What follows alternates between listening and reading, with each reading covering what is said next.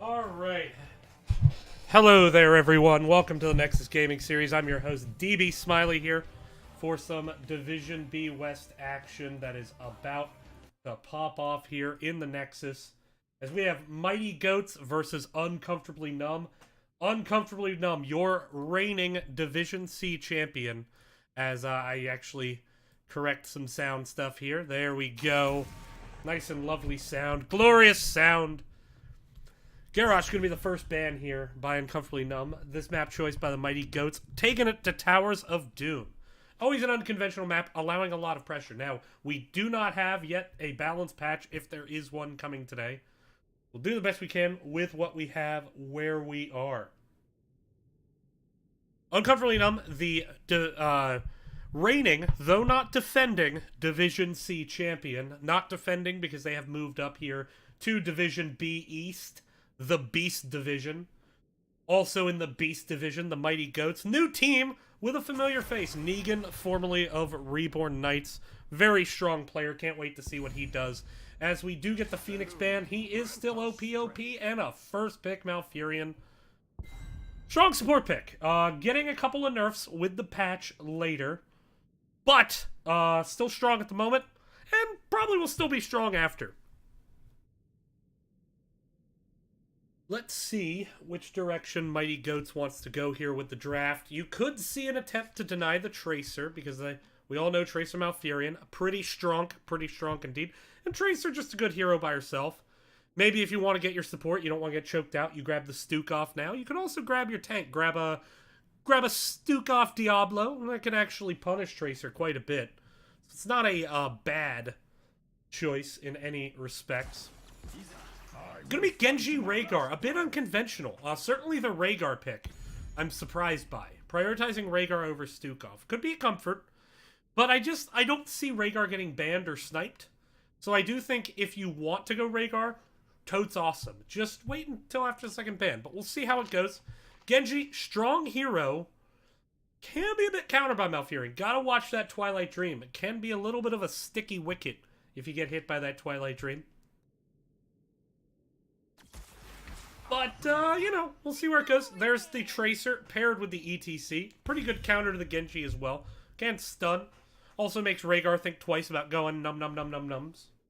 As Rhaegars tend to do. We'll have to see how much value the Genji can get. It's a decent counter to Tracer. Like, I actually don't hate the Genji pick, especially on this map. And Rhaegar can solo the Sapper camps pretty quickly. So it's not bad picks. I'm just surprised to see the Rhaegar that early. Here we see Blaze getting banned, followed by Diablo ban. Diablo and Garrosh ban. So really trying to choke out, Uncomfortably Numb, trying to choke out the tanks. They say, we have our ETC, what you gonna get?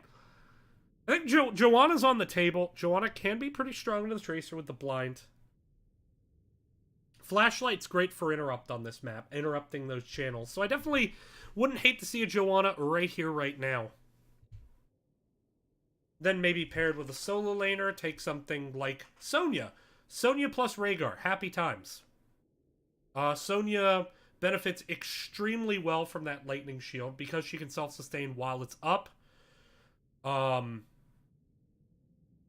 Sonya able to pretty much survive anything. Great solo laner, can really clear the camps. Then you can go into a Greymane. Greymane can definitely punish Tracer off the CC, but I kind of want to see that Joanna right now.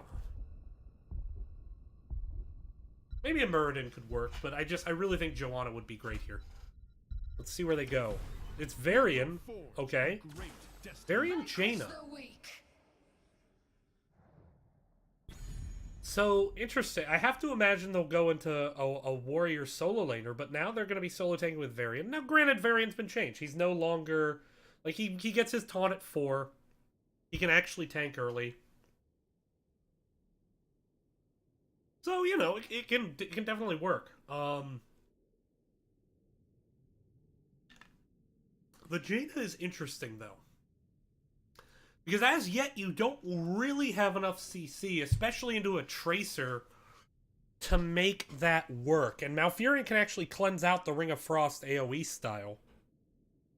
Not to say it's a bad pick, but again, kind of too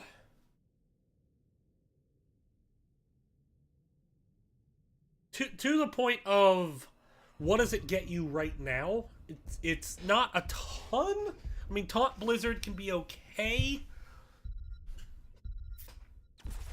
It's gonna be Gul'dan coming out. That's Gul'dan Leoric. Okay, the Leoric pick I like, just a good double soaker. I'm trying to figure out the Gul'dan pick here. Gul'dan struggles a bit into Genji just because of how hyper agile Genji is.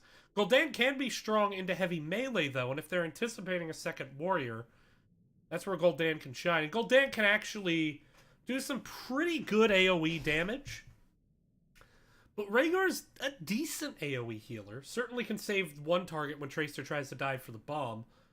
You know, Tracer, even with the level 10 Quantum Spike, Rhaegar with his level 13 Lightning Bond shield can actually counter that out extremely nicely.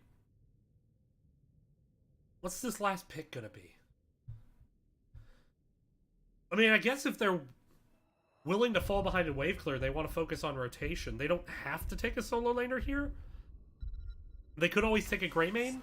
Stitches. So, I don't know, we'll have to see how this works. Right now, my fear is that neither draft really has the tightest synergy, but maybe I'm just missing something obvious.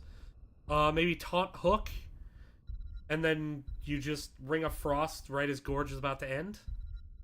We'll have to see. Interested to see where this game goes.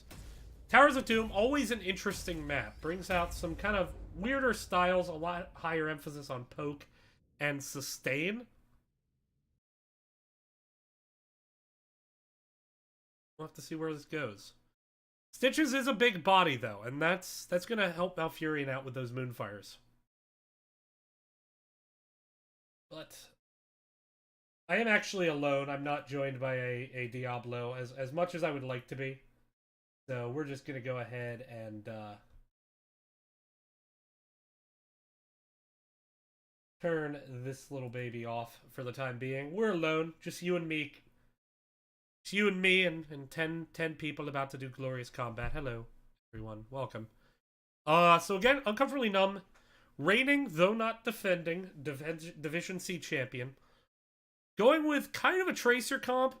Something of a weirder curveball in there with the Gul'dan. Not to say it's unexpected. Or not to say that it's unexpected. It's not bad. It's just, I'm not sure why it fits better than, say, something like a Hanzo, maybe. But we'll see. Maybe they were worried about blinds. Either way, introducing it now. Negan going to be on Jaina. Gofty going to be on the Genji Unknown on Varian. Bad Kitty on Stitches. And Atlas going to be on the Rhaegar. And over here, the Spectre, or Thick... I'm going to go with Thick Spectre. Is actually playing the guy who can turn into a Spectre, Leoric. Famous going to be on Malfurion. Kiknaz going to be on Gul'dan. Pilot of the Earth on Malfurion. And Famous on ETC. Did I say Mr. Monkey Man on Malfurion? Mr. Monkey Man is on the Tracer. Excuse me. Here we go. Moving straight into it. Already a good laning advantage here. But Jaina going to be able to clear this up pretty quick with the Blizzard. Rotation starting. Leoric headed on his way to top to find Varian. Look at our level 1 talents. Jaina going with that Blizzard. Lingering chill. Could actually go with the Water Elemental to deal with Tracers. So it's actually, it makes sense. Wolf Run from Rhaegar getting those super quick rotations. Stitch is going Regen Master rather than the Slam build.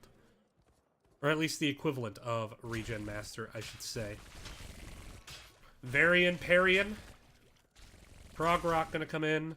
E build out of Gul'dan rather than the Q build. I've never been a big fan of E build, especially into Double Warrior. We'll have to see if it pays off. Getting 2 stacks there. Will be interesting to see how this game plays out. ETC in the bush, potentially looking for a pick as Tracer gonna start working this Sapper camp, getting it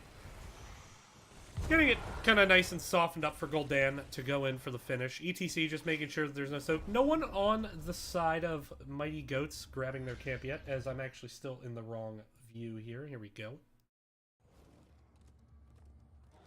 But let's see. Some danger pings coming in. Worried about that rotation. But actually, I mean, with 4 people down here, you could potentially see a camp invasion.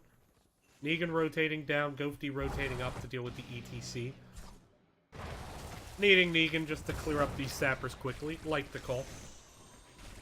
Let's see if they can get these sappers walked up. Slam coming in, trying to soften them up a bit. There's some E stacks coming out there. We have a Treant, folks. We have Vengeful Roots Treant. Sappers are dispensed with here. Monkey Man looking at Genji, going for that damage. Missing the Pulse Bomb. Definitely could have taken the Genji out there. Good dodge. Heading into the triple shrine phase. Gonna be bottom.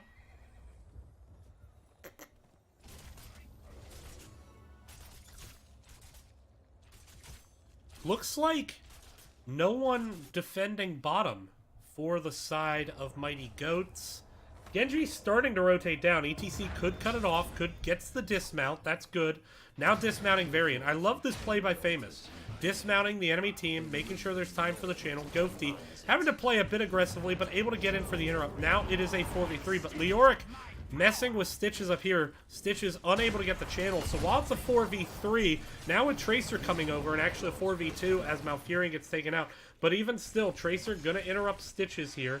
Now, not going to be able to kill, so Stitches can be annoying, but needs to be a bit careful. That Pulse Bomb can come out, create an unexpected chunk of damage. Here comes the rotation up from Negan and Atlas. Famous, once again, going to try to cut this off. Spectre going for the channel. Bad Kitty having to back up. Is there going to be an interrupt in time? Good dismount. There's the power slide. Well played. Famous saving the day with some great dismounts and interrupts. Bad Kitty just having to drop back due to that Tracer pressure. And meanwhile, Gul'dan getting value in the bot lane, so... Strong early start here for Uncomfortably Numb. Getting that advantage despite the Malfurion death. We'll see where this goes. Tracer is going untouchable, folks. So we got a Treant and we got untouchable. Let's keep an eye on that. Up here in the top, Stitches just patiently waiting for the wave. Not trying to mess with Gul'dan too much.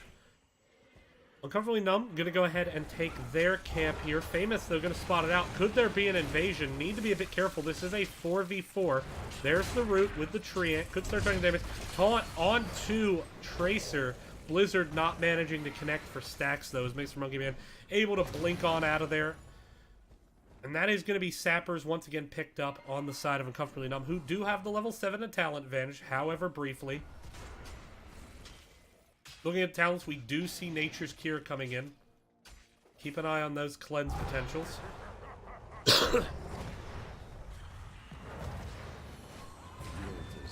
Gonna be double Shrine phase top, starting soon. Sappers still being pushed up. Here comes the taunt, though, possibly looking for Kicknaz. Kicknaz, though, gonna be able to get out of there. Decent root there by Pile of the Earth, but we all know why he really dropped that root. Dem Vengeful Root stacks dough.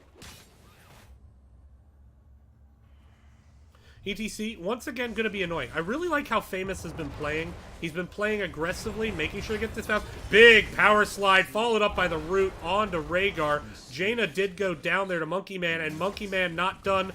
Going to get himself a slice of dog meat. Stitches, though, going to be able to get the channel here despite that, but it is about a half-level lead now for the side of Uncomfortable Numb. Helping Hand coming out, making sure that Unknown gets out of there. No real time to do a boss. Jaina and Rhaegar are going to be up pretty quick, but Tracer starting to work this camp now. Tracer with those 2 untouchable stacks, too. Going to be able to potentially get some value. And actually, it looks like with Kicknaz and Famous coming down, this is going to definitely be a Sapper camp here on bottom. Could be pushed up, could easily take this cannon while Jaina's setting up with the defensive posture. Needs to be a bit careful. There's good turnaround chunk damage onto Tracer. Having to blink out just because of the combo potential, but... the wall does go down to the Sappers, and now it's a full-level experience lead. Gank attempt here onto Spectre, not going to get the value it needs. Meanwhile, 4 people pushing bots. They're moving. There's a taunt, pulling ETC in. There are no minions, so the cannon going to be shooting ETC here. ETC trying to back up, is a bit slowed. Now here come the minions. Minions going to soak the shots. Going to allow time for Mr. Monkey Man to possibly look for some kind of play. Gul'dan just continuing to choke this down. Getting Some more corruption stacks, though. Only up to 12 here by level 10, but level 10s are in. It is the Quantum Spike. It is the Twilight Dream. But Genji joining the fight now. Waiting for the Horrify and Mosh. Leoric hasn't picked a 10 yet.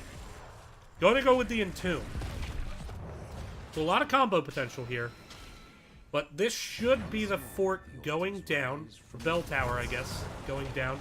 ETC sliding up, looking for the Mosh. There's a taunt. Cleanse coming. Bit late, not really making a difference in this fight. But that is fort going down, and it's going to limit the access lanes to this mid lane here. Or from up here above on the side of Mighty Goats. Keep an eye on that.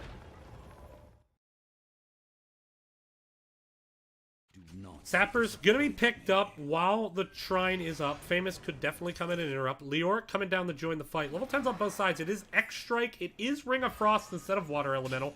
Ancestral, Gorge, and it's going to be actually Warbringer here. There we go. Going with that Warbringer. Ooh, there's a Gorge. Gorge was on Tracer. Mosh Pit, though, gonna make sure he can't go anywhere. Clean's gonna come out a bit late. Here comes the X-Strike. Hits nothing. Big Entomb collects 3 after the Twilight Dream. And here comes the Ring of Frost, though, to counter-engage. But Wraith walking on out. Now, Mr. Monkey Man in a bit of trouble. Needs to be careful. Ghosty wanting to get that kill onto Tracer. A lot of damage, but support's doing really good work here. There was a cleanse from Malfurion just to make sure nobody got locked down. Poke damage to Gul'dan, though, slowly winning out, as is the overall healing of Malfurion. Taps coming in, using Gul'dan to stall the point out, but here comes Varian wanting to pressure Kiknaz. Unknown, though, backing up, worried about getting separated with the face mount. Here comes Leoric on the flank. Hook once again on the Tracer. Big 4-man slow by Leoric. Leoric on the back line, trying to cause damage. Unknown's getting low. He does taunt Leoric. 1-for-1 trade, but Negan is just so low. Tracer gonna secure the kill on the Negan. More untouchable stacks. Now Kiknaz gonna start to channel the point. Stitch is gonna try to interrupt this as long as he can, but this is potentially gonna be 5 shots. Bad Kitty needs to be very careful. It's actually Genji going down here in the meantime. This is gonna be Kiknaz able to finish the channel. Tracer gonna be able to get the Sappers. The Spectre no longer living up to his namesake. Back in the game now. Very strong showing here by Uncomfortably Numb so far. They are playing rather well. It's a very long protracted fight. They didn't get patient, or they didn't get impatient. They did their job. And here we go. So we are going to have to jump to a new patch after this game. Apparently. Feels bad, man. Trying to walk these Sappers up now. This is a 4v4 while once again Leoric Stitch is soaking. Good Blizzard there. Gonna do quite a bit of damage. The Sappers are gonna go down, but the big Horrify separating out Varian. Power Slide maybe a bit early. There was the root by Malfurion forcing out the Ancestral from Atlas. That is a big cooldown to win, although it was traded for a Horrify. Varian charging in as Tracer blinks. There's the Mosh once again. Clean's gonna come in. Clean's has been on point, but Genji's actually gonna go down. Unknown, is he gonna be able to get back? He is. Sapper's still not walked in, though. No shots. 20-32. Actually, I think a Sapper maybe did get in there. And now you can hear my cat pounding on my window as Tracer and Malfurion go to clear up this Sapper camp. Gul'dan continuing to clear the wave, make sure this bell tower stays safe. And because of this bottom bell tower, this fort is very, very important. Want to make sure they're safe, though. When these minions get up, the minions will be targeted by the tower. It does allow an option to dive onto Kiknaz. Famous making sure Kiknaz is a bit safe. Now here come Tracer and Malfurion to defend this fort. Leoric's still in the top lane. Gonna have to rotate down. Only 5 seconds on the timer, so maybe a bit late. There, once again, is an attempt to isolate Unknown. Not there. Stitch is starting to channel the top point. Is anyone going to be able to get there for the interrupt? Looks like Malfurion will be able to land that Moonfire as Leoric goes to fight. There's ETC on the backline, disrupting Varian. Negan taking a lot of damage here from New York. Bad Kitty trying to make sure that it's safe. Tracer, meanwhile, soaking the bottom. Pilot of Earth, or sorry, soaking bottom, channeling bottom. Pilot of Earth channeling mid, and just no one on the side of Mighty Goats was able to get in there. Diving for that kill onto Unknown. Not there, but 3 Sappers up. One of them just crossed the line. There's 2, and there's 3, so there are only just a few points, 7 points left on core. As 10 points were channeled, 3 were walked in. And it is 7-32. Now, comebacks can happen on this map, but it's going to take a bit of work. More sappers coming in now, just working this bot lane. Pretty classic strategy. It's going to be a 5v5 trying to push this in. Bad Kitty trying to go for the Gorge, but there's the Entomb to save ETC. Ancestral going to come in for the time being for Stitches. There's the Unstoppable. It's Leoric trying to rape walk in. Big Mosh, but Mosh getting interrupted by the hook. Spectre a bit low. Ghosty going to drop to the Pulse Bomb. There's a big Twilight Dream as well. Spectre dropping in the meantime. Health bar is getting low, though, on the side of blue. There's a big Face Melt Power Slide to secure the kill onto Stitches. Sappers, did they get in? Are they going to launch themselves at the core? They do. 4 points left. Boss wins game. Any one of these shrines wins game. And Uncomfortably Numb looking dominant, looking well on their way to winning map number 1 here on Towers of Doom. This was the map choice of Mighty Goats, but it has absolutely been dominated on the side of Uncomfortably Numb, showing just how they won the championship in Division C last season, taking those talents down south to Division B. Tracer channeling bottom, trying to force a split decision. Genji gonna interrupt bottom. Gul'dan just still managing to interrupt good Entomb, and Gul'dan's gonna get the channel, and that is GG. It's Uncomfortably Numb, taking game number 1 here. There we go. We're going to take a brief break. We'll be back for game number 2. I am going to have to patch, so I'll see you on the flip side. Be right back in just a bit.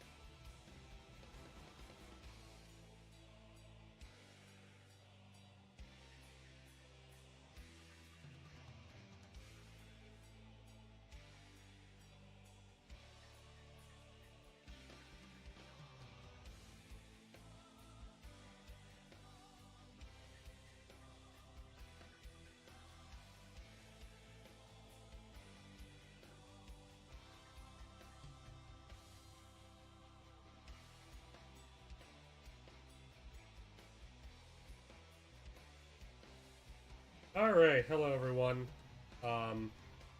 Still trying to get back into the game, just having some patching issues. We'll be right back.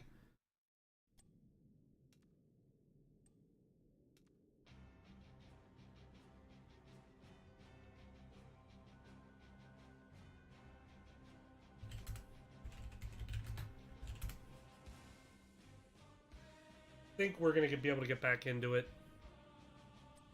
Starting it now. We'll see if someone panics, then I'll Alt F4, but I think we're good to go. Yep. Doing this draft, by the way, with a cat in my lap. We'll see how this goes. He is just purring away. Loves to be here. Jumping in. Dragonshire, new patch, new exciting meta will emerge now. Or they'll just draft what they're comfortable with based on the previous meta, which is also totally fine.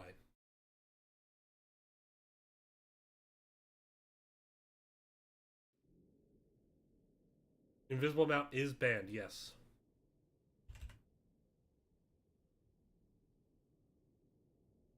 Alright. What exciting new meta will emerge? Who gets banned? Dragonshire, very macro-intensive map. Could go a lot of different ways. Have to keep an eye on it. See what happens. Gonna be a Maiev ban out of the gate. Not wanting to deal with that. Banning it just, you know, suggests they don't really have a comfort with it, or they don't have a strategy with it. So they just don't want to play against it, but they also don't really want to play it that much. Will Phoenix still get banned? How good is Phoenix now? We have no idea. Is he still OP? Maybe. Looking at it now, could be any number of occasions. It is still going to be the Phoenix ban. No real time for the meta to be researched, so we're just going to err on the side of him still being a bit OP, not wanting to deal with meme canon. I can respect. My cat is just going like absolutely crazy with love right now. Falstad got some buffs. Is he going to move up the priority list? Level 1 buffs.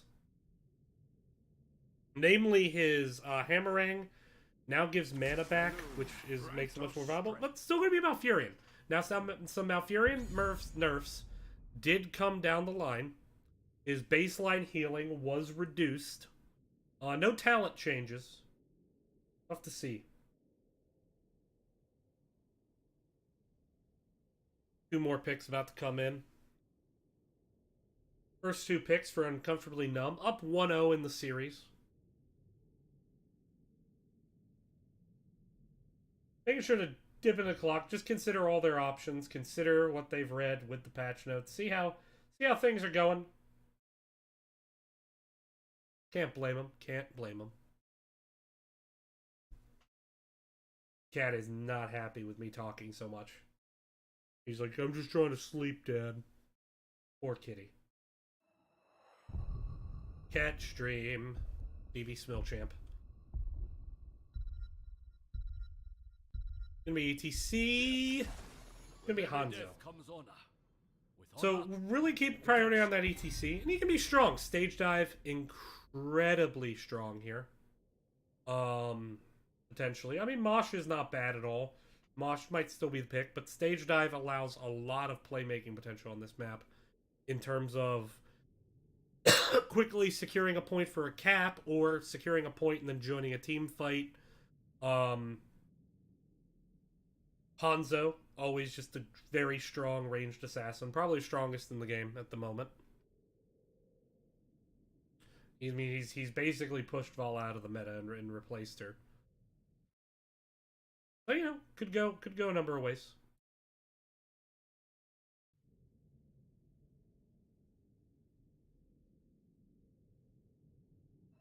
Two more picks come down the line. Dipping into the shot clock 10 seconds ago. See what happens. It's gonna be Gary. It's gonna be Sonya. Alright, going a bit more standard with this draft, or at least standard for the meta. Garrosh coming in early. And then making sure they have that strong, traditional solo laner in the Sonya. Didn't really like the Stitches pick last game. But I'm liking that they're going more traditional with the Sonya here.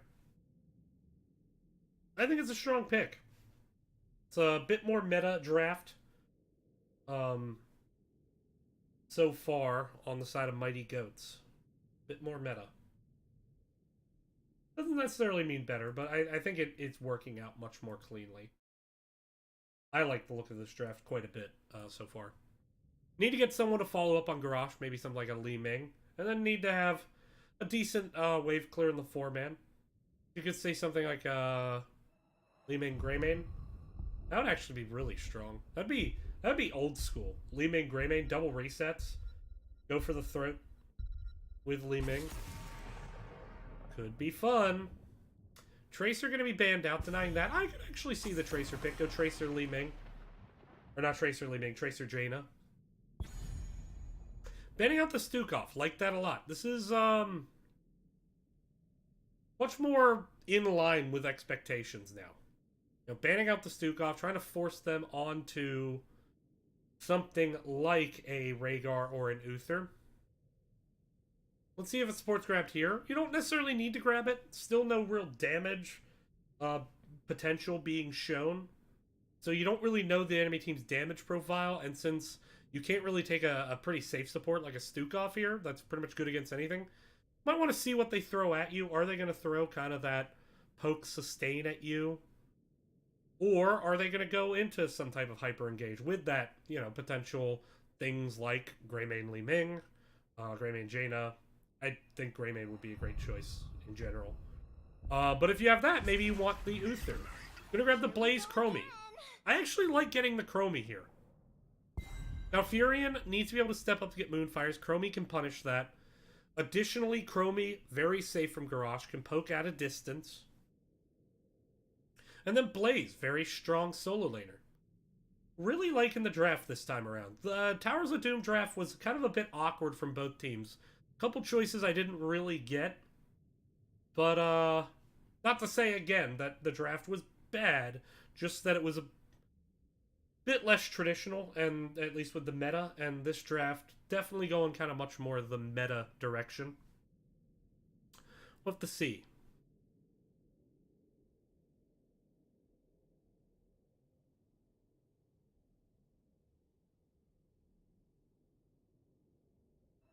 Ten seconds left. 2 picks. Probably both damage coming in.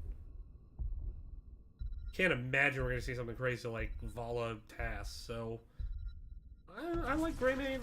Tychus? Tychus Falstad. Okay, getting the global. I like it. Falstad just got some buffs. He is a bit vulnerable to being blown up here.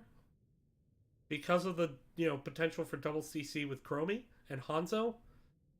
Tychus going to be able to do good damage, and they actually have a pretty decent rotation. With those buffs, Falstad actually could go into that hammering build, rotate with the 4-man, build stacks quick, if that is the direction they're looking. So what do you bring out here as a support? A lot of single target focus. I think Rhaegar is a good pick. I can totally get Uther, especially with the potential to save someone who gets flipped by Garrosh. I think both have a place. I'm probably a bit more partial to Uther, just for the opportunity of Divine Mosh, as well as, a way to just save someone who gets flipped. But I totally can see Rhaegar and be happy with it. It is going to be the Uther. This is a much more kind of standard draft from both teams. And I'm very interested to see where this game goes. I'm expecting Sonya in the top with a 4-man rotation with the Garrosh. They do have the Tychus, who can absolutely secure picks, especially if they throw someone into Root. Tychus, Falstad both have pretty good single target abilities with the minigun, with the lightning strike. We'll see where this goes. As we jump into the game. Oops. There we go. So just to illustrate, Cat in the lap. Cat very happy in the lap. Cat not leaving the lap. So this is the situation we are in. Very happy kitty, though, and a very sweet kitty. His name is Stuart, and he is orange, and he is beautiful. And he is my kitty. But, here we are. Mighty Goats looking to try to draw the series. We're going to have Ghosty on the Falstad Atlas, going to be on Malfurion. Bad Kitty on the Sonya. Unknown going to be playing Garrosh, and Negan on the Tychus. And over on the right side, looking to start the season like they ended the last season with a win. Doing a victory lap already around their keep. Going to be famous on Garrosh. Pile of the Earth going to be on Uther. Patches on the Chromie. Mr. Monkey Man on the Hanzo. And Kicknaz moving over to ETC. Very interesting. Kicknaz was the Gul'dan last game. We are going to see what he can do as a tank this time around. Looking at the towns, it is the Hammerang boys. So Falstad very probably in the 4-man. Moonfire, Celestial Alignment, trying to get some added burst damage here. Sonya going with that block talent. Good choice in the Hanzo, I like it quite a bit. Press the advantage from Tychus. Garrosh not picking a level 1 yet. Now playing a bit patient. Know the burst potential there. Ghosty flanking a bit on the Patches. Overall, pretty standard build choices. Nothing too surprising at all. So lane gonna be Sonya Blaze as expected. Kicknaz down, making sure they get the soak. We'll keep an eye on those talents as the game goes on. Falstad getting some good chunk there. Already up to 4 Hammerang stacks. Gonna build those pretty quick. Garrosh starting to look for potential flip. Ooh, Atlas taking a ton of damage from the Chromie. There's a flip on the ETC, but not the ideal flip target. Just gonna power slide on out. Falstad is soaking up this mid lane in the meanwhile, not building Hammerang stacks, but giving that XP advantage. ETC gonna rotate up, try to catch whatever minions are left over here. But this poke damage from Hanzo Chromie is just wrecking right now the members of Mighty Goats. And I don't think they know how to approach it. Malfurion using actually heal on Garrosh, who already had a heal. A little bit of a misplay. And that's the third... Is that the third straight heal onto Garrosh? I have to imagine that was a misclick. We'll have to see. Moving in on the Pile of the Earth. Ooh, Negan stepping up, trying to trade. Negan taking a lot of damage here. And I think Malfurion is not necessarily aware of kind of the new Malfurion changes. So his Q does no healing anymore. It's only the overtime healing. And so healing the same target twice in a row is actually pretty wasteful. And not very effective. But we'll have to see where it goes. Flip onto Hanzo. Hanzo taking quite a bit of damage, but Garrosh taking damage in turn. Hanzo and Chromie turning around on Unknown. Unknown barely dodged that Tychus. A little bit of an awkward position. Negan starting to run up through the top. Mr. Monkey Man taking a lot of chunk onto Negan. New up on the top. Falstad joining, pressuring out Famous. Famous in a bad spot. Famous low health, low mana. Dodges the Ancient Spear, so going to survive for the time being. Unknown, once again, just taking a lot of damage. But it just seems like Mighty Goats doesn't really know how to attack all of this poke damage with this Malfurion healer. It can be difficult when Malfurion can't step up. Unknown trying to get a flip onto Hanzo. Only managing to grab a minion there. Meanwhile, ETC in the mid, Ghosty moving in as well. Sonya still controlling this top lane fairly well, trading very nicely into Blaze at the moment. And once again, everyone just needing to back up. Now, Atlas, just a quick note. Basically, with Malfurion, the way he is now, you should heal basically a 3-target rotation. That's kind of the way. So Tychus, Malfurion, Garrosh. And if you do that, you'll have basically maximum uptime on your heal, get the most value. So just a little lesson to learn with the way he is now. He's very much a different healer than he used to be. But even still, you know, you want to just be rotating your targets. That's all. Bad Kitty and Famous trading blows back and forth. Bad Kitty with the better self-sustain. There's a stun on the Sonya, but the Whirlwind wasn't up. So Sonya actually going to be able to get full value out of that Whirlwind. Trading very positively. Famous trying to stutter step. Now needing to walk on out of there. Bad Kitty still controlling this top point. So Bad Kitty doing pretty well in the solo lane, but overall XP advantage at the moment favoring Uncomfortably Numb. Uncomfortably Numb doing quite well. There's a flip. Root. Root does get onto Hanzo. Hanzo getting a bit low, but Chromie is going to find Garrosh. Garrosh zigged when he should have zagged. Ended up inside of that Dragon's Breath. But despite this, this is actually, even with the Garrosh death, going to be first Dragon over to Mighty Goats, who now find ETC. So potential to get back into this game. 2 kills to 1. Not down much in the way of XP. Can just grab a couple front walls with this Dragonite. And, you know, one of the things with Chromie is she's really good at defending. But once the Dragonite's up, her ability damage can be good, but it's just not reliable to burn the DK quickly. Now, DK focusing the gate here. I would have liked to have seen Falstad move towards the bottom and just focus gate. Looks like that's going to happen. Ooh, there's a flip. Nope. DK starting to focus this cannon tower. Taking shots at the moment. Might want to see if, well, they're not going to be able to get minions up. Goathy going to have to back up. Ooh, but a good flip onto Hanzo, and Hanzo is actually going to drop. So, alright, Mighty Goats starting to show some signs of life here. Looking pretty good at the moment. Slight XP lead, big value there. Famous in a bit of trouble. Now the chase from both Bad Kitty and Famous. If an Ancient Spear is there, this could be a dead blaze. There's a slow, nope, charge comes in. Famous getting out of there. Good jukes, good cooldown usage. Bottom lane still favoring Uncomfortably Numb, though. So, you know, it was a slight mishap, or mess up, not miss up. That gave the DK over to the side of Mighty Goats. Mighty Goats gonna look to try to replicate that, though. They got, even though they got a pick, they were able to keep a body on the point. No one got down onto this bottom shrine here, even though they had the advantage in the lane on the side of Uncomfortably Numb. So we'll see if they learned that lesson. Mr. Monkeyman just making Bad Kitty think twice, making the team rotate, make sure to defend. Garrosh here in the bottom pressuring and trying to look for some kind of annoyance. If we pull up the talents again, apologies for them being down. Now, this Malfurion going with the Wild Growth rather than the Cleanse. That can be a bit risky in the ETC. Is actually Bad Kitty now. Getting Power Slit on, and there's the Mosh Pit. Famous hops out of bunker, trying to get on Bad Kitty, but Bad Kitty still alive. Sonya can just be so hard to kill. The block absolutely getting value to prevent Hanzo from securing that kill. Now, it is Mighty Gust, but it's also Leap. Leap, we have Kalmandir Odin, and we have Warlord's Challenge. Here in the bottom, it is Slowing Sands. It is Dragon's Arrow. It is Bunker. So pretty standard choices for the side of Uncomfortably Numb.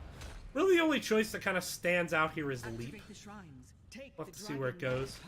Once again, trying to focus Bad Kitty. Bad Kitty taking actually a lot of damage there from the Q. Gonna need to back up for the time being.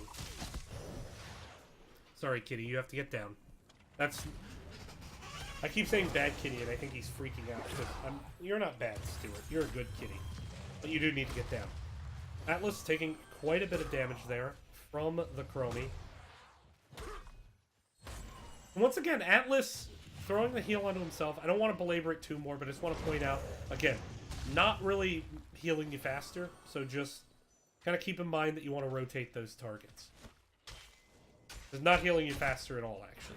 The hot doesn't increase. Anyway. Here we go. Go feed. Potentially looking over the wall. Jumping onto Kicknaz. Bit of a miscommunication, though. Sonya not waiting to kind of follow up. There's an Ancient Spear. There's some good things you have. Goathy going to cover this top lane. Meanwhile, here in the bottom, it is a 4v3. So while it was temporarily controlled by the members of Mighty Goats, it is going to get capped here by Chromie. No one in middle capped this. Goathy actually grabbing top from the ETC. Garrosh being careful. Heading mid, decides to back up just to play safe. Looking at the damage numbers so far, definitely Hanzo just absolutely chunking, as Chromie hasn't done as much damage as I expected. I'm actually surprised by that. Bottom, though, going to be picked up by Mighty Goats. Can Falstad get middle for the channel? Currently trying to clear it up. Are the minions still aggroed on him? Nope, the minions pulled off. Goathy trying to get this cap. does in fact get it as Malfurion drops. Unknown trying to get out of there. Warlord's challenge. Not going to really save his life. Hanzo going to secure that kill. Dragonite going to move onto this mid fort. Try to get quick value before the members of Uncomfortably Numb can rotate. This is the second one for Goats. The second DK. And so they're managing to get it. Now, they haven't been able to get it clean. They haven't been able to get it without someone dying. But they've been able to get it. And you know, eventually this DK gets powerful enough that it becomes incredibly impactful. So far, you know, half the health gone, only a fort taken. Moving down to this bottom lane, though, going to get some value here. But keeping XP even with the value off this DK, despite some miss soak and despite some deaths. Overall, Goats definitely in this game. Definitely able to find a win here if they keep this up. Uncomfortably Numb. A couple of sloppy decisions here and there in the macro, but otherwise mechanically playing okay. We'll have to see what they can do. The DK will drop here. Good route, making sure Mr. Monkey Man has to back up.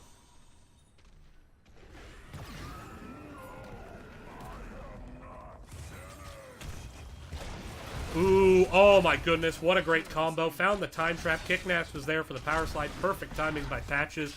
And now it's a 5-man push onto this bot lane. Commandeer Odin is still up. They need to be careful, especially with all the minions down. There's a flip once again onto Garrosh onto ETC, but ETC going to be able to get on out of there. Atlas in a lot of trouble. Drops below 400 health. Getting that self-heal out.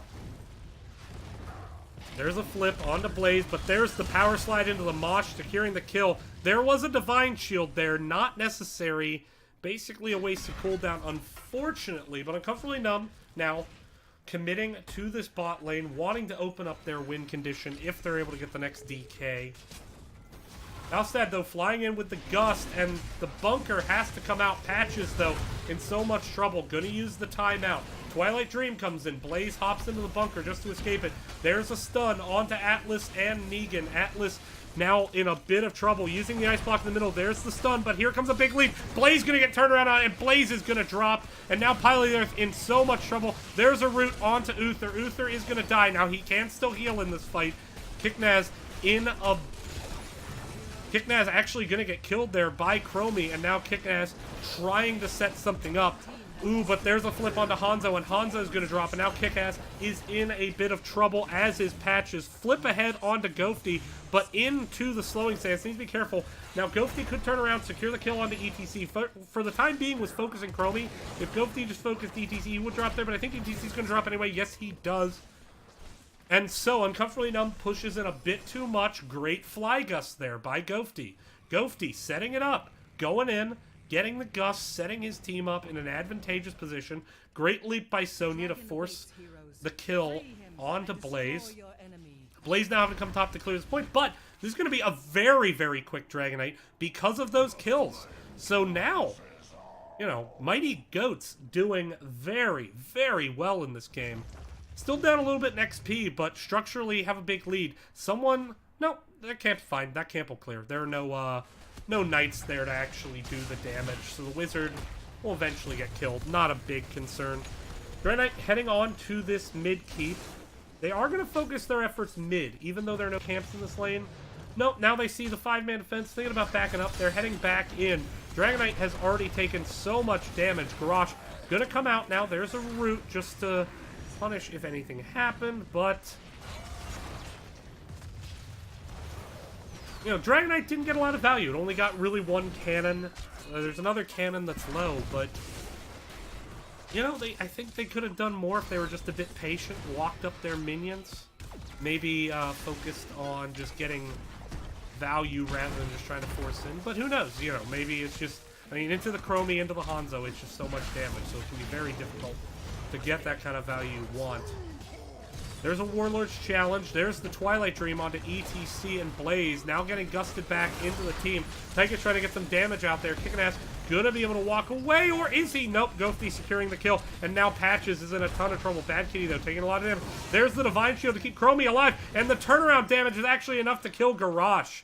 What a great Divine Shield there. Chromie still went down. Negan retreating the wrong direction. Negan gonna drop. Nowhere else really to go, though. Didn't really have much of a choice. So 2-for-2 trade, but Uther making a big play there with that Divine Shield, and Chromie trusting Uther to drop the Divine Shield, still blowing cooldown, still trying to trade out, knowing, yeah, I'm dead, but I'm gonna take someone with me, and that someone was Garage. Siege camp being picked up by both teams. Bot lane, nice healthy minion wave here in the bottom. Num num num num num. That XP. Race into 20. Falstad already pushing in the top. Getting some value up here. Getting some XP. Equalizing that out a bit. No one going to clear up the siege. They're just going to let them both kind of neutral push each other. Ghosty now having to back up because of the blaze. Worried the rest of the team was there. They don't have vision, but comfortably not going to move into their bruisers. They're going to come down and clear up the siege, or are they just going to kind of beat each other into a bloody pulp? Let's see. Blue siege still alive for the time being. Looks like Blaze is going to grab top. Blue on the bottom. Mighty Goats getting the bottom here. But with this bruiser camp up top, they could actually push in and take fort. Now, it's not going to get a ton of value, though, as the members waiting for the Merc camp here on bottom. Falstad pushing up, trying to get these siege giants up into this tower. And that's a good call. It's going to trade out pretty nicely. Are we going to see something of a base race? Because that could just be so very, very awkward. But no, members of Red starting to hearth. They got top fort. But top fort not nearly the worth, and top keep even, not nearly the worth of bottom keep here, because of that Bridge of Death. And now, here comes the engage. Bruiser Camp still pushing top, so they don't want to let him back for free. Uncomfortably Numb doesn't. But they're not going to pressure up, and so that is going to allow free back to defend this top keep. Falstad actually flying up top to grab the channel. Tyka's going to move mid, and actually this could be a situation where they just try to stun out. Ooh, but there's a Dragon's Arrow. Negan gonna juke it. Top has been capped, but Famous there to defend. Still, though, this top camp pushing in. Keep an eye on that. Kiknaz up in the front.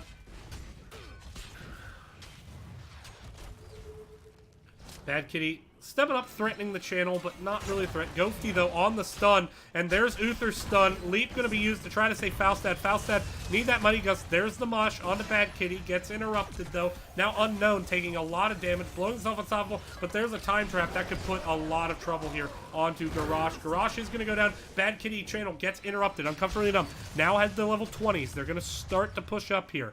Level 20, Uther did go Redemption, so keep in mind he can die. And we do have the Death Metal.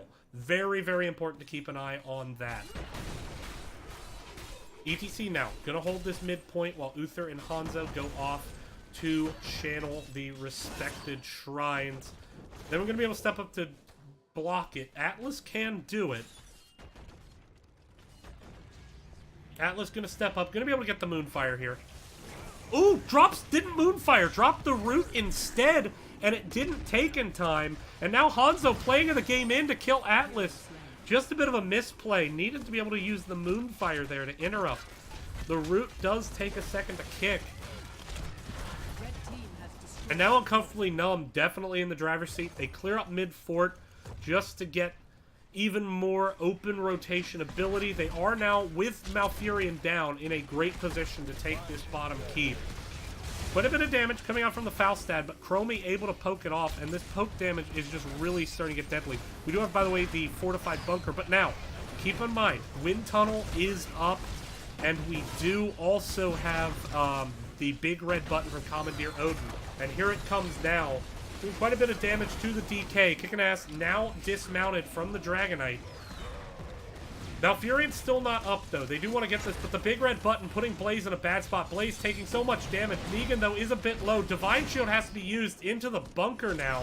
Big red button coming out onto that bunker. Famous now going to be able to get away for the time being. Malfurion's going to get up. Are they going to be able to defend this keep? Top fort will go down. They're not even worried about it. They really want this keep. They want to get the catapult pressure. I think they're going to be able to get it. Wind Tunnel going to be used just to try to save it, but the flame from Blaze is going to secure it. First keep of the game here at the 1855 mark. And I apologize, I'm just warning people, I may have to leave here at any second. Not permanently, but I may have to just get up and leave the cast. Hopefully it doesn't happen. Keep in mind, though, this Bruiser has been pushing the whole time, and there are a lot of archers here doing a lot of damage, and right now, no one has seemed to move back to clear it. They are focusing on getting these siege camps. Siege camp, double siege in the bot lane, now moving into the Bruiser. Blaze has cleared this up. Let's see where we go here. Composite spear being taken, so the added range and the vulnerability. It's an interesting choice. It can be difficult to get value against the Uther because he specializes so much in saving a single target, but we'll see what they can do. Uncomfortably Numb, just rotating camps, playing this one patiently. If they win a team fight, they can win the game, especially here in bottom. Bad Kitty a little bit up forward. Oil slick coming down. Wasn't lit on fire to dismount. That oil slick being lit up. Now pushing back here. Uther gonna channel this back point. Now Falstad could fly top to take top, so there's no threat really of taking top. The only problem here is just with 5 people in the bottom, it's a bit risky, and there's the power slide onto Bad Kitty, looking for something. No real team follow-up, though. Nothing coming of it. Falstad now going to rotate towards this top. Will need to deal with this Bruiser camp, and now's an ideal time to go top to deal with it, actually. Falstad is going to fly top now.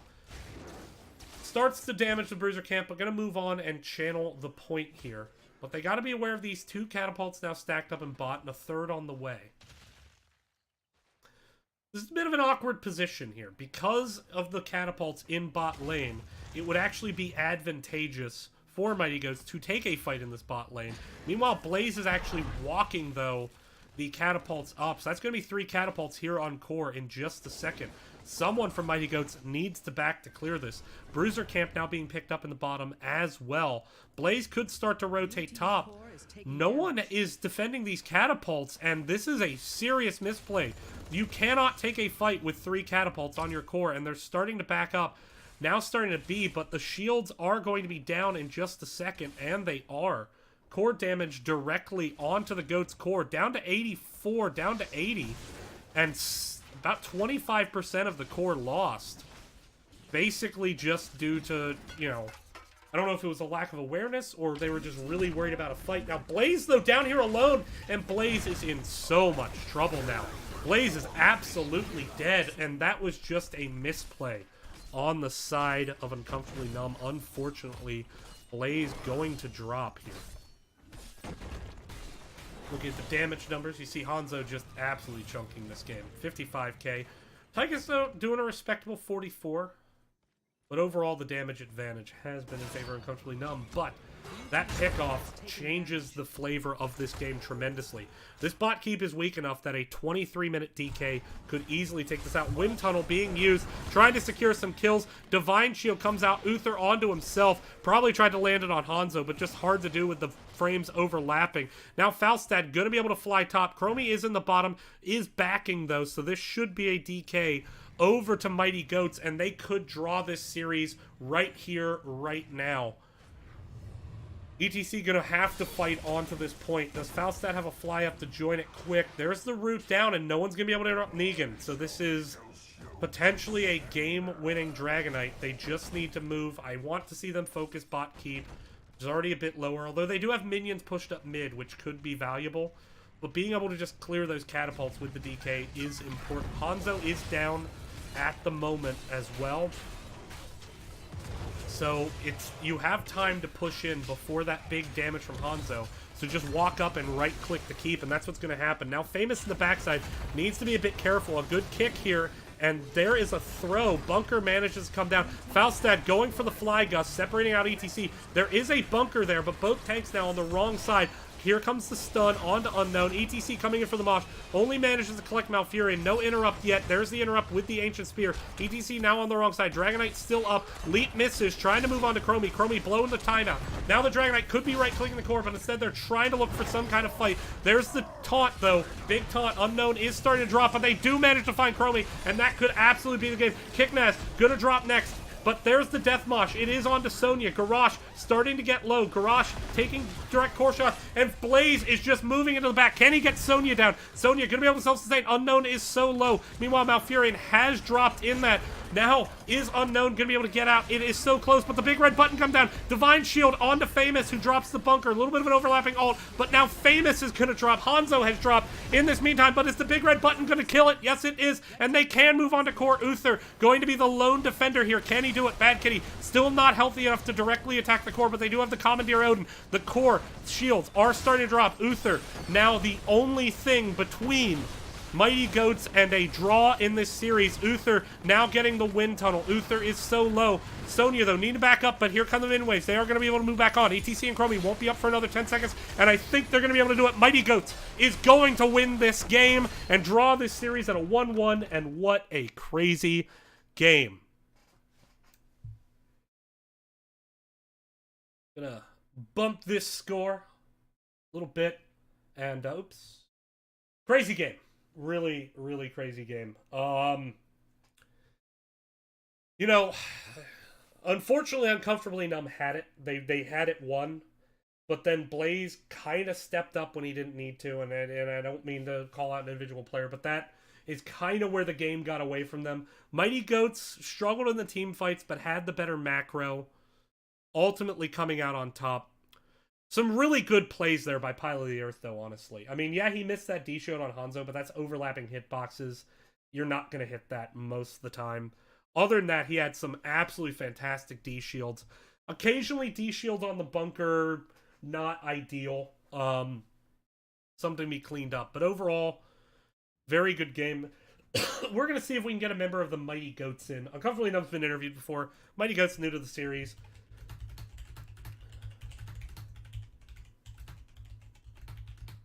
So, give me 1 second to try this.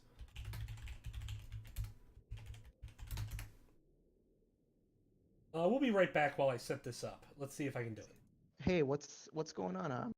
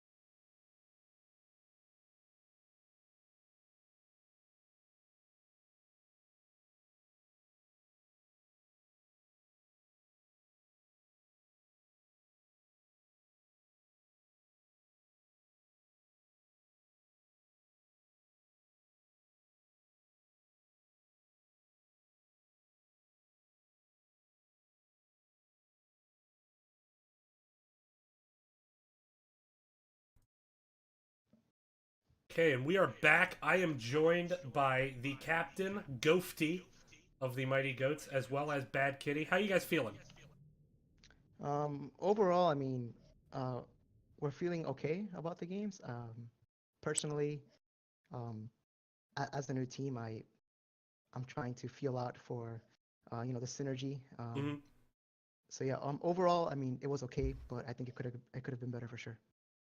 Yeah, and so just to know, I mean, Mighty Goats is a new team to Nexus Gaming Series, although Negan is one of our veterans. He was with Reborn Knights before. So, I guess, I mean, let's start with Towers of Doom. Unfortunately, we kind of do have to start there. That was game one. Game Yeah. kind of got away from you guys. What do you kind of think happened? Where you were a little bit even early, but then it kind of just snowballed and got away from you. Where do you think the snowball started? Well, personally, um, as a new team, I'm trying to give my players the freedom to kind of pick their own heroes for the matchup and feel out what they think is best.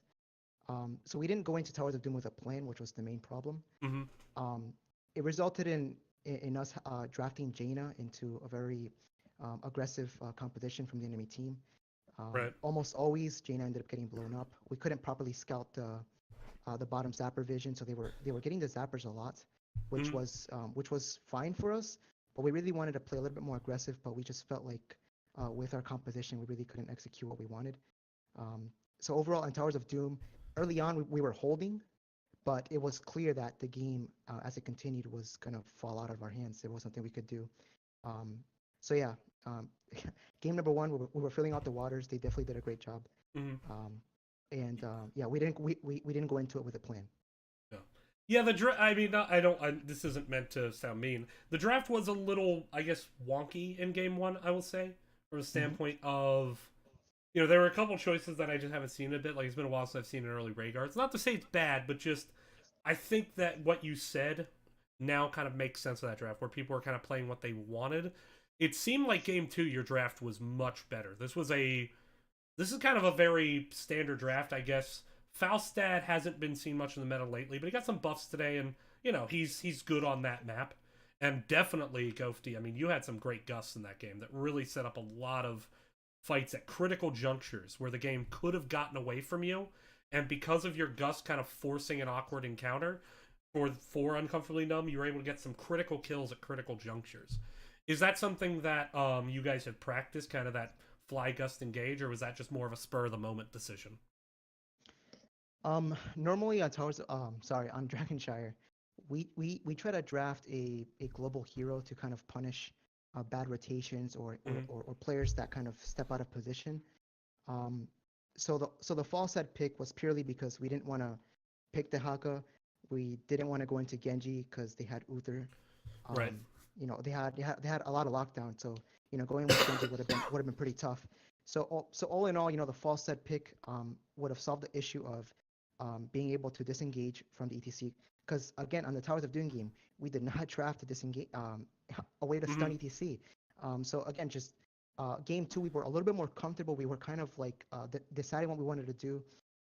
But still, game two, our draft was kind of mediocre as well. Um, I actually think it was a pretty strong draft, honestly. oh, okay.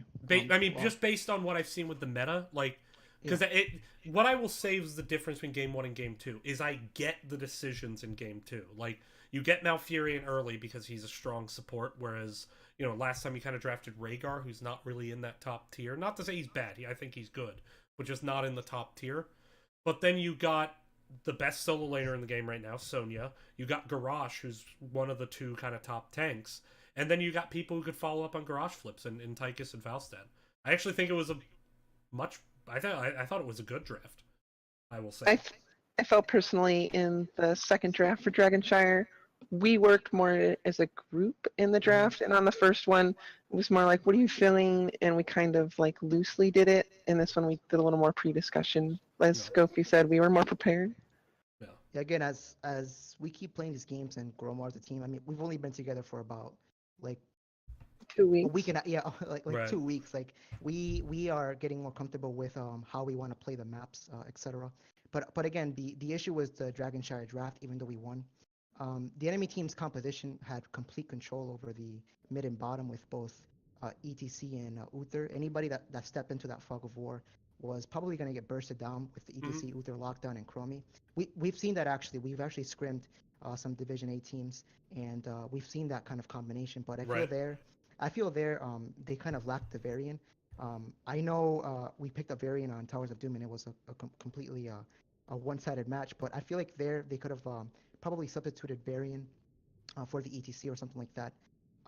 But yeah, I mean it was definitely a bit scary still on that map. I Right. feel like with the global, like you pointed out with the global, we were able to punish top Yeah. and also get some great gusts to end the game. All right. Well, with that, congrats on at least drawing the series. Getting to 1 point here in your first series. Best of luck this season. Thanks again for letting me cast, and I will see you guys later. Do you have any last second shout outs?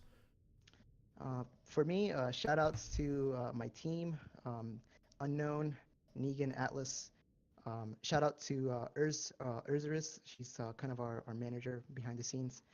Um, and yeah, guys, Kitty, I don't know, do you want to say I was anything? just gonna say thanks for NGS for having us. It was fun. Yeah, Absolutely. And what it's great late. one last thing, I'm very sorry. Um, if any team is watching this broadcast right now, feel free to watch our practice VODs on Twitch. Um, we make our practice public on Twitch for any teams that want to snipe us and see what we're drafting. We enjoy the competition. Nice. So when we're facing teams, we want them to bring their A game. It doesn't matter what they bring. We want to be able to face it. So. All right. Well, with that, thanks, guys. Everyone else, I'll be back here in about 40 minutes with Game 2 of the night. Winston Churchill Manatees versus Sergeant Pepper's Lonely Hearts, SPLHCB. We'll see everyone then. We'll be right back.